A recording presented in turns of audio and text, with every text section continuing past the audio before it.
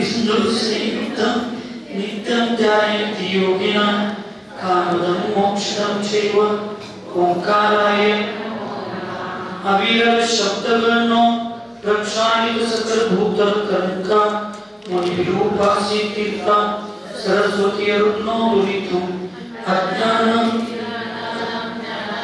चराकया चक्षुरुन्मीलितमेन तस्मै श्री गुरुवे नमः। श्री परम गुरुभ्यो नमः। परम्पराचार्य गुरुभ्यो नमः। सकल कलुषविध्वंसकं श्रेयसां परिवर्धकं धर्म संबंधकं भवि जीवमना प्रतिबोधकारक मिलं शास्त्रं श्री मूलाचार प्रदीप नामधेयम् अस्य मूल ग्रंथकर्तार श्री सर्वज्ञ देवा स्तुति ग्रंथकर्ता श्री गंधर्वदेवा प्रतिगंधर्वदेवा तेषां मोक्षोऽनुसार मासाद्य सकल कीर्ति आचार्येण विरचितम् इदं शास्त्रं श्रोतारः सावधानतया शृण्वन्तु। मंगलम भगवान वीरो मंगलम गौतमो मुनि मंगलम कुंद कुंडाब्जो जैन धर्मोस्तु सर्वमंगलमांगल्यं सर्वकल्याणकारकं प्रधानं सर्वधर्माणां जैनं जयतु शासनं वन्दे विद्यासागरं वन्दे सन्मति वन्दे चन्द्रप्रसादं श्रीमन्तं मुक्तिवर्तारं वृषभं वृषनायकं धर्मतीर्थकरं ज्येष्ठं वन्दे नन्तगुणार्णवं ज्ञानाचार परप्राप्ता नरहसिद्धत्रियोगिनां नत्वा वश्येष्ठदात्मना चारं विश्वाग्रदीपकम्। पंच परमेश्वरी भगवान की अहिंसा में विश्व धर्म की सिद्धांत शास्त्र की परम पूज्य आचार्य सकल कीर्ति महाविलास की चारित्र चक्रवर्ती भक्तमाचार्य शांति सागर जी महाराज की संत शिरोमणि आचार्य गुरु विद्यासागर जी महाराज की शांत मूर्ति वत्सल रत्नाकर आचार्य गुरु सन्मति सागर जी महाराज की 3 करोड़ महाविलासों की आज के आनंद की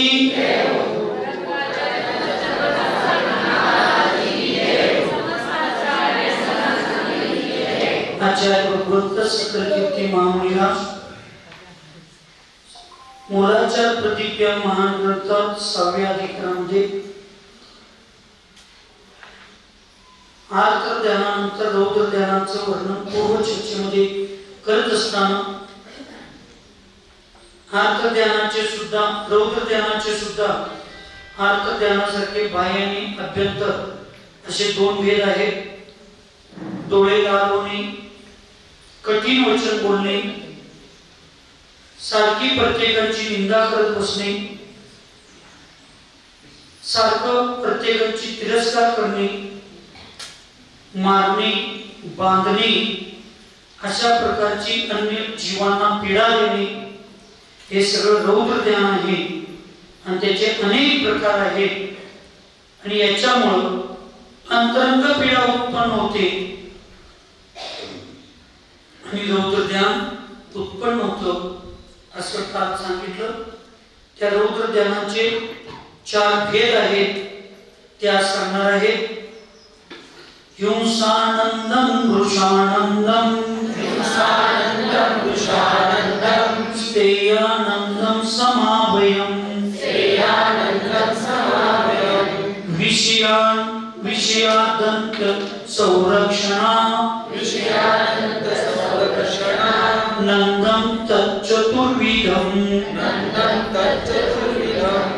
हिंसानंदं वृषानंदं स्थेयानंदं समाभयं विषयादंत संरक्षणा नंदं तच्चतुर्विधं।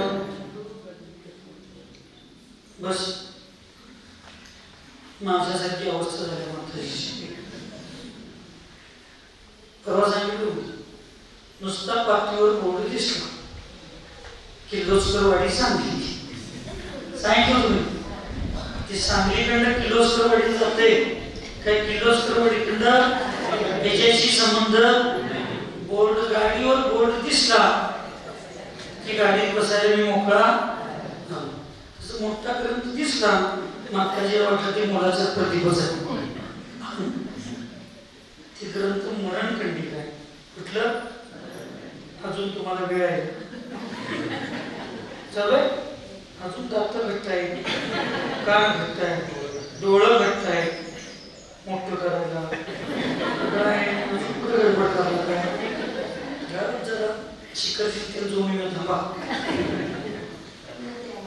हा कोण नेते? मला कोण येणार काय पडलं तर तुमच्यावर पडतो.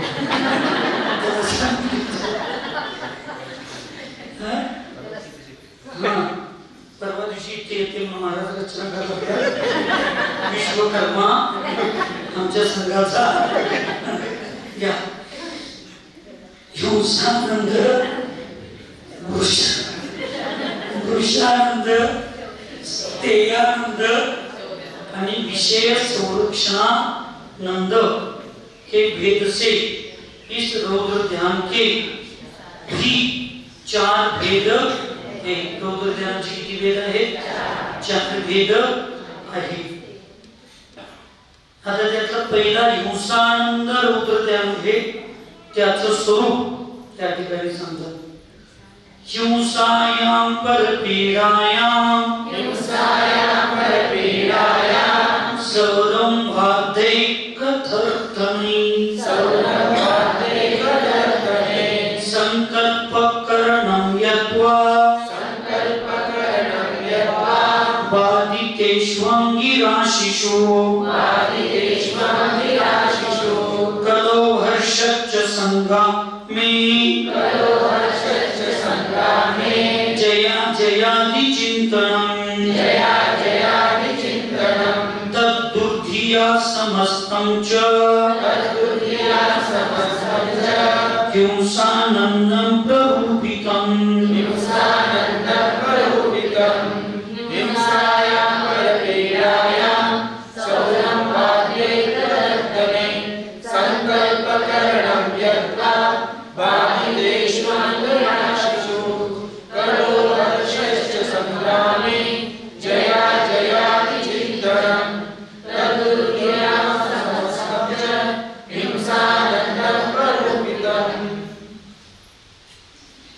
हिंसा में आनंद मानना. हिंसेमध्ये आनंद मानणे. पण हिंसा 2 प्रकारची आहे. कुठली कुठली? द्रव्य हिंसा आणि भाव हिंसा. आता हे तुम्ही जे तरुण पिढीला एक सगळ्यात मोठं खूळ लागले ते गेम खेळायचं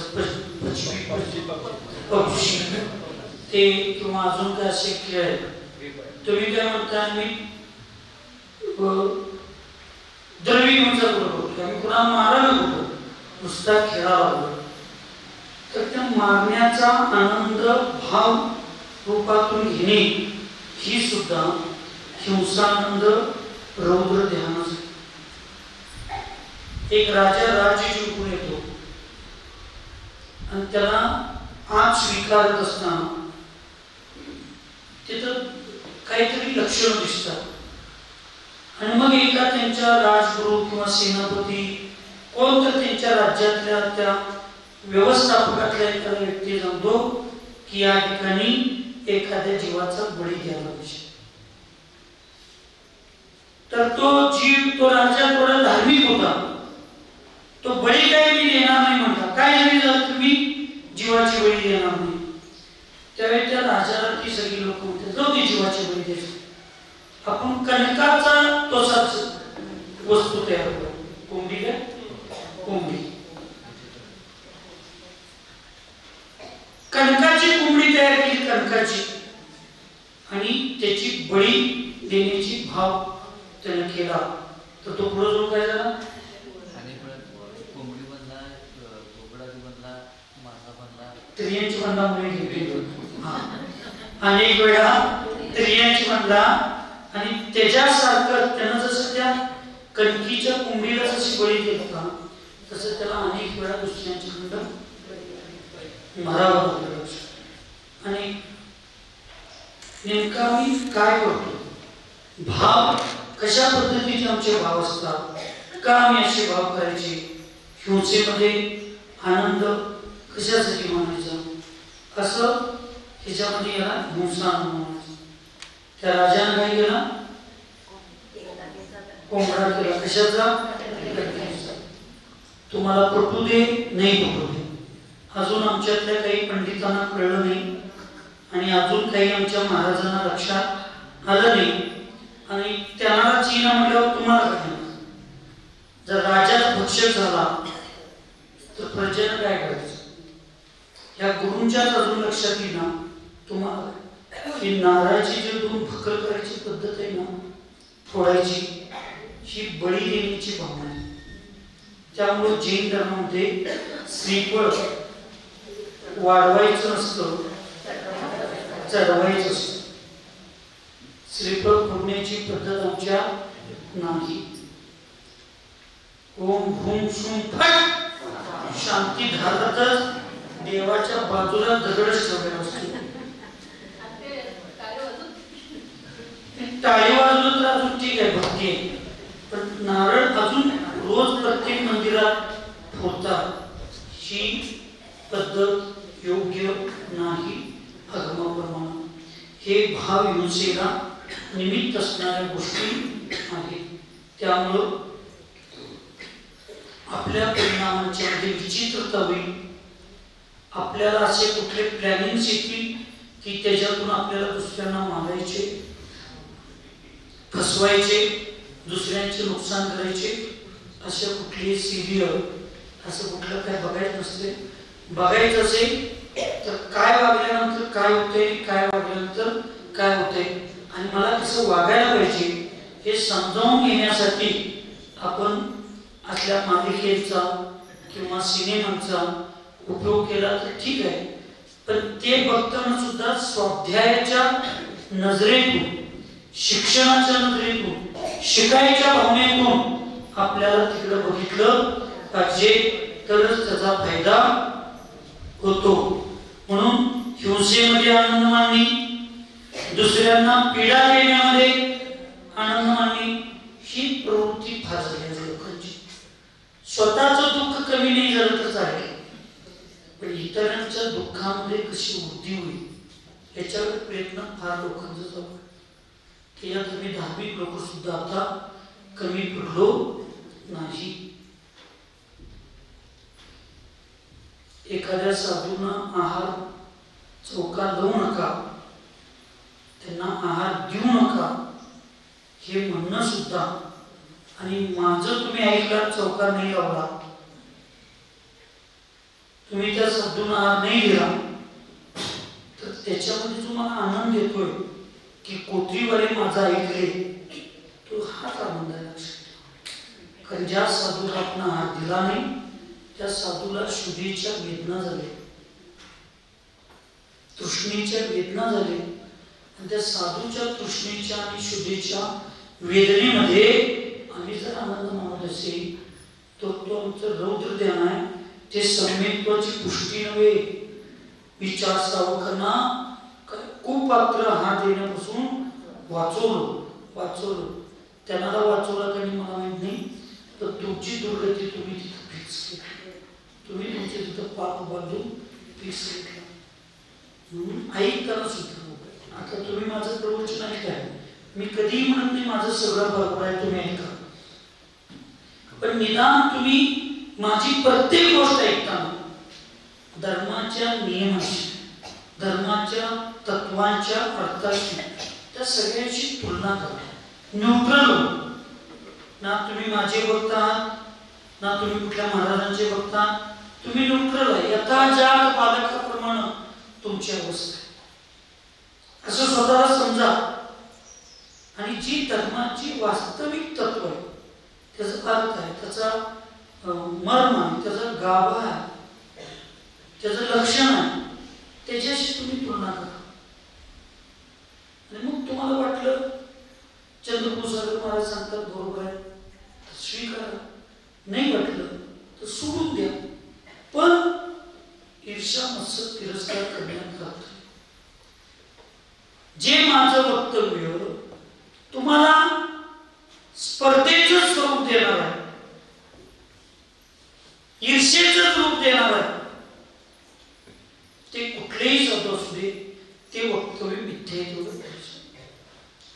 सम्यक्त्वामध्ये आणि सम्यक ज्ञानामध्ये समता आणि वात्सल्य दोन गुण सांगितले. आम्ही आमच्या घरात त्यांच्यावर समता काय दाखवायचं, आमच्या घरात त्यांच्यावर वात्सल्य काय दाखवायचं. त्यांच्यावर तर पहिल्यापासून माझं स्नेह आहे, त्यांच्यावर तर माझा पहिल्यापासूनच राग आहे. मग वात्सल्य कुणाला दाखवायचं असते.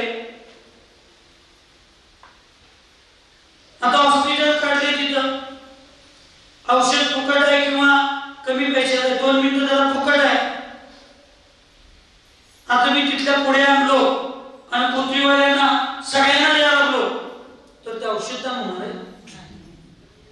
औषधदान कोणाला द्यायचं असते गुरुजी? ज्याला गरज आहे त्याला. काय प्रत्येकाला वाटलं तर ते दान होणार आहे. त्याचं वात्सल्य कोणावर दाखवायचं असते? जे दुःखी कष्टी आहे, जे शत्रू आहे त्यांच्यावर वात्सल्य दाखवायचं असते. आणि तिथं वात्सल्य दाखवा म्हणजे माझ्या धर्माची खरी परीक्षा आहे. माझ्यात किती समता आहे, माझ्यात किती प्रेम आहे, आनंद आहे, वात्सल्य आहे. तिथंच आम्ही जरा संपतोय, तिथंच द्वेष करा, संबंध ठेवायचं नाही.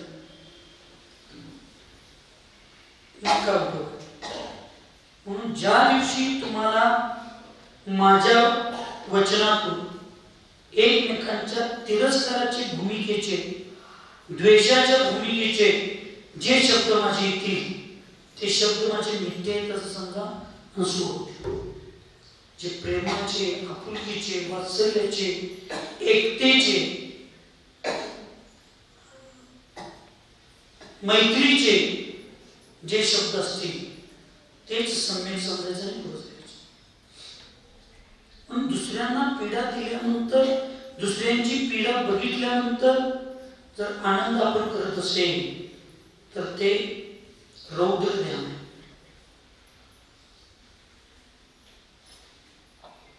जीवों के छिन्न भिन्न करने का संकल्प करना, जीवांना छिन्न भिन्न करण्याचा संकल्प करणे. पीडा में आनंद मानना म्हणतात, शर्ती वगैरे असते पण करतात सगळंच. मुनी महाराजांना जर बसवल्यानंतर बिनोपाशी सगळं ते मग सांगितलं मुनी मारणं करणं, हे बैलगाडीच्या शक्त्या, हे आता नवीनच कुत्र्याच्या शक्त्या चालू झाल्या. पोरांना जन्म दिलेल्या आई बापांच्या नावाचं टी शर्ट घालायला लाज वाटते, पण बैजा प्रेमी काय, आता ते काय हेलिकॉप्टर प्रेमी, ते कुठलं कुठलं काय काय काय काय काय अरे कुठले कुठले ते माहिती आहे खोलीत सांगतो काय. म्हणजे आमच्या आई वडिलांच्या पेक्षा प्रेम मला त्रियांचे, आमच्या आई वडिलांचे पण उपकार मला म्हणायला तयार नाही बैलांच्या जाती. हे सगळं पीडेमध्ये, दुसऱ्यांना पीडा देण्यामध्ये, आनंद मानण्यामध्ये आहे. या आला बसा, बसताय, या दर्शन घेताय, ऐकताय, सांगू अथवा किसी ऐसे काम का संकल्प करना जिसमें जीव घात होता है, असं कुठल्याही कामाचा संकल्प करणे की ज्याच्यामध्ये जीवाची द्रव्य आणि भाव हिंसा होते. जीवों की राशि के घात होने पर आनंद मानना, जीवांच्या राशी कुठली असू, आतंकवादी मेल्यानंतर सुद्धा जर आम्हाला आनंद होत असेल तरी सुद्धा ते रौद्र ध्यानच आहे. कुठल्याच जीवांच्या होत ऐकायला का झोपायला सांगू काय उदाहरण नको. वाईट वाटलं तर काय माझ्यावर फरक पडत, सत्य सांगणार. परमपूज्य अक्षय सागरजी महाराज संघात असताना मुक्तागिरीला आचार्यजींच्या सोबत होते आणि शुद्धीला सकाळी गेल्यानंतर आचार्यजींच्या सोबत गेले आणि त्याकडे जात असताना धबधबा, तिथं पाण्याची झरा आहेत ते बघितले आणि आचार्यश्री जाता जाता त्या 2-4 साधूंना सांगितलं तुम्हाला याच्यावर चिंतन करा आणि शुद्धीला गेले. परत आल्यानंतर आचार्य विचारले याचं काय चिंतन झालं का? प्रत्येकाने आपापले, बघा प्रत्येकाचे भाव वेगळे आहेत, कुणाचे काय भाव आहेत, कुणाचे काय, प्रत्येकाने दया, हिंसा, करुणा हे सगळं अक्षय सगळ्यांनी सुद्धा तसंच सांगितलं. आचार्यश्रींनी त्याचा अर्थ सांगितला, देखो इस अवस्था में हम असंख्यात बार जाकर आए हैं और दोबारा इस अवस्था में नहीं जाने के लिए एक रूप और स्वरूप का आलम्बन लिया है. इसका इतना अच्छा उपयोग करो कि भविष्य में उसमें कभी जन्म ना हो, असं आचार्यश्रींनी सांगितलं. आणि तुम्ही लोक जर का पाऊस चालू झाला नाही, मिनी गोवा, राधानगरी, सप्तधर काय, सप्तधरी काय काय बघितलं तुमच्या इथे खवाटी गल्ली, हे इथं गर्भसंस्काराचा कार्यक्रम आहे. महाराज जे आले इथं आत्म्याच्या निसर्गाचा आनंद घ्यायला आणि मोठीच्या मोठी बस करून 7 धबधबे बघायला गेला. घरातली 4 आनंदात ठेवायची विना आणि धबधबा बघायचा नाही. मी क्षमा मागतो शेवटला वाईट वाटलं तरी मला विकार नाही. लक्षात ठेवा त्या धबधब्याचं जे पाणी पडायला लागले ते पाणी जल काही जीव आहे, त्यात अनंत तरच काही जीव आहे आणि ते 50, 100, 200, 300 फुटावरनं खाली दगडावर पडायला लागले, त्या जीवांची हिंसा व्हायला लागले आणि त्याच्यात आम्ही आनंद मानू लागलो. इथे विषय आला म्हणून सांगितलं, जीवराशीचा घात होत असताना आनंद मानणं त्याला काय म्हणतात? हिंसानंद रौद्र द्या. काय चौकाला लागणार तेवढंच, काय फरक पडत नाही. काय तर सगळ्या घरांच्या याद्या, त्यामुळे अगदी पाहिजे तसं मिळते. लहानपणापासून संस्कार काही विचारतो काय ते तमिळनाडूवाल्यांना जरा वंग वंग म्हणले की जी वंग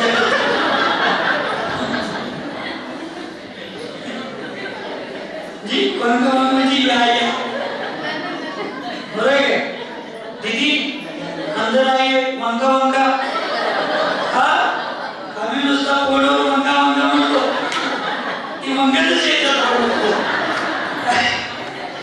तेही चौकाला सांगितले. सत्य कटू असते बघा, स्वीकारायची भावना पाहिजे. पाप केले म्हणजे आम्ही बोलणारच, आम्हाला तुमचं पाप कमी करायसाठी सांगणार. ते करत असताना आम्ही जर ऐकत आणि बघत बसलो तर.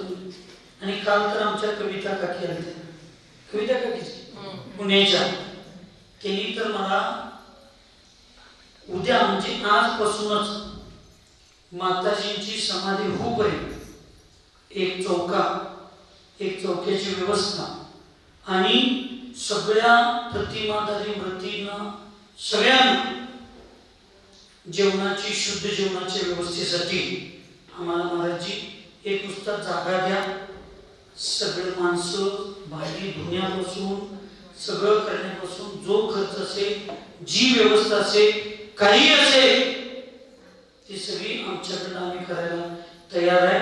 कारण तुमच्यासारखे गुरु आणि माताजींच्या सारखे गुरु आम्हाला माताजींच्या समाधीमध्ये ही आम्हाला सेवा करणं. आमचं नाव नको, फोटो नको, डिजिटल नको. 5.5-6 लाखाचे सगळे मिळून सवाल घेतले तिने, पण 3 दिवसानंतर फोटो मागितले होते. ते पण प्रत्येकाला 3दा विचारले. आचार्यश्रींना विचारलं आमचं फोटो गरजेचंच आहे का, घालायलाच पाहिजे कशाला घालताय? नको. 16 तारखेला तुमची मिरवणूक आहे, नको मला, आम्हाला मिरवणूक नको. आम्ही फक्त माताजींच्यासाठी, महाराजांच्यासाठी आणि चांगलं कार्य पृथ्वीवाले माताजींच्या संलेखनाची आणि गुरूंच्या चातुर्मासाची एवढं चांगलं कार्य त्यांनी करायला लागले. त्याला फक्त अनुमोदन म्हणून आमचं कुठं तर फुलाची पाकळी सहकार्य म्हणून आम्ही केलो. आम्ही काय उपकाराने कोणाला मदत केलो? बाहेरच्या गावाला एवढे भाव आहेत, 7-7 महिने चौका लावायला तयार आहेत, आणि तुम्ही गावात असून 6 दिवस लावायचं म्हणताना 3 दिवस द्या, 2 दिवस द्या. त्याच्यात आणि मुक्त महाराज पहिल्या दिवशी पाहिजे, शेवट दिवशी दुसरा महाराज पाहिजे, आणि चौका 2 दिवस लावणार. जे पहिल्या दिवशी मुक्त महाराज, दुसऱ्या दिवशी दुसरा महाराज, चौका नाही. ह्याला संधी समजा पाप फेडायची, त्याला तुमचं सौभाग्य समजा. माझा चातुर्मास आहे म्हणून सांगत नाही, हे समाधीची जी सेवा आहे ना, तुमच्या पुढच्या भावात किती वर्षांना तुमच्या गावाला मिळेल काय मिळणार नाही. प्रत्येक जण क्षेत्र बघायला लागले, पण आमच्या माताजींना सांगितल्यावर आमच्या गुरूंची समाधी स्थान हेच आमच्यासाठी क्षेत्र समजून त्यांनी तयार केले. आजूबाजूच्या 2-3 क्षेत्रवाले त्यांना निवेदन केलं. म्हणून आपल्याला कळलं पाहिजे. म्हणून चुकीला चूक म्हणणारा मी साधू आणि बरोबरला बरोबर म्हणणार, याचा अर्थ मी रागवणार नाही.